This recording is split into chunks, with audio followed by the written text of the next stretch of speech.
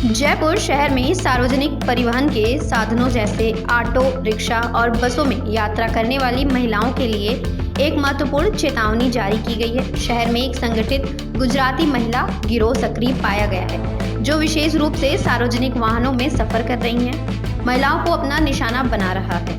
यह गिरोह बड़ी चालाकी से महिलाओं को अपनी बातों में उलझा लेता है या फिर भीड़ का फायदा उठाकर उन्हें हल्का सा धक्का देता है और इसी दौरान उनके पर्स और कीमती गहने चुरा लेता है। चिंता की बात यह है कि यह गिरोह अक्सर उन क्षेत्रों में अपनी आपराधिक गतिविधियों को अंजाम देता है जहां लोगों की भीड़ भाड़ अधिक होती है, जिससे उनके चोरी करना और मौके से फरार होना बेहद आसान हो जाता है।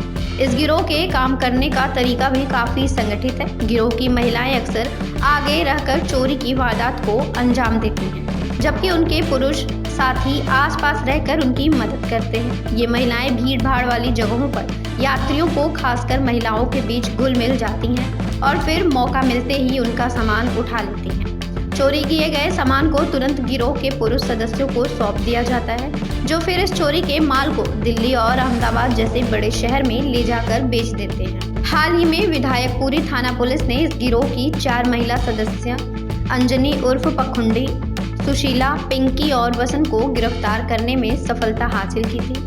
पुलिस द्वारा की गई पूछताछ में इन महिलाओं ने कई अन्य चोरी की वारदातों में अपनी संलिप्तता स्वीकार की है।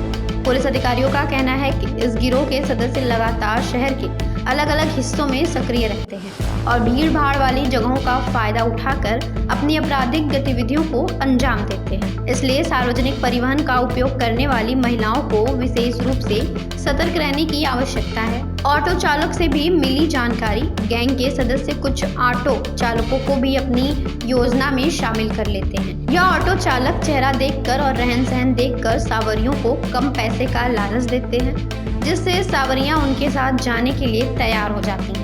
इसके बाद रास्ते में गैंग के सदस्य अपना काम पूरा कर लेते हैं और फिर नीचे उतर जाते हैं। चुराए गए जेवरों को गैंग की महिलाएं अपने पुरुष सदस्यों को दे देती हैं, जो उन्हें अहमदाबाद और अन्य जगहों पर बेच देते हैं। पुलिस का मानना है कि यह लोग चुराए गए सोने और चांदी के गहनों को अपने जानकारों को बेचते हैं। यदि कोई पकड़ा जाता है तो गैंग के पुरुष सदस्य जल्दी से पहुंचकर मामले को रफा दफा करवा देते हैं। कभी कभी तो वे पुलिस स्टेशन छुड़वाने भी जाते हैं।